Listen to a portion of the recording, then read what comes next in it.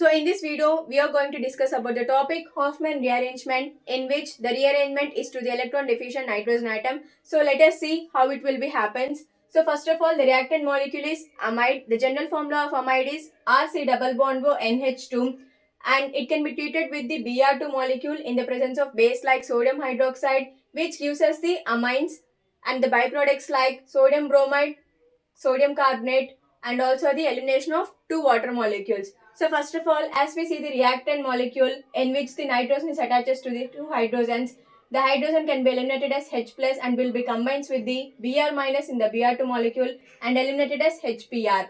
So this hydrogen can be replaced by the Br plus to the nitrogen, and so it forms this type of compound. As we are conducting this reaction in the basic medium, it will be continuously supplies the sodium hydroxide, and this hydrogen attaches to the nitrogen can be combined with the OH minus in the sodium hydroxide and eliminated as H2O.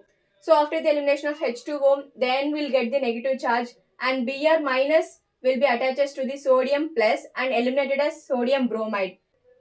So after the elimination of sodium bromide, we can see this type of compound will be formed, and then with the negative charge which can be shifted in between the carbon and nitrogen, as the valency will be excess for the carbon, the R group will be attached to the nitrogen and forms the isocyanate.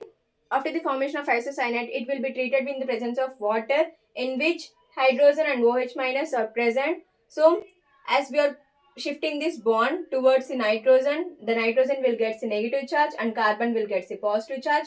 The OH minus will attach towards the carbon and H plus will attach towards the negative charged nitrogen and forms this type of compound.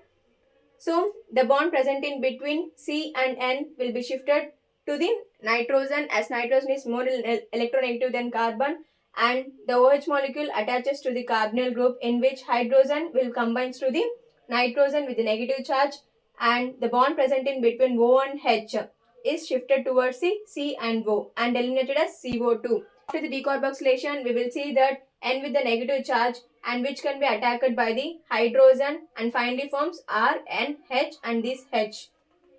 And finally we can see the amine formation. So this is all about the Hofmann rearrangement.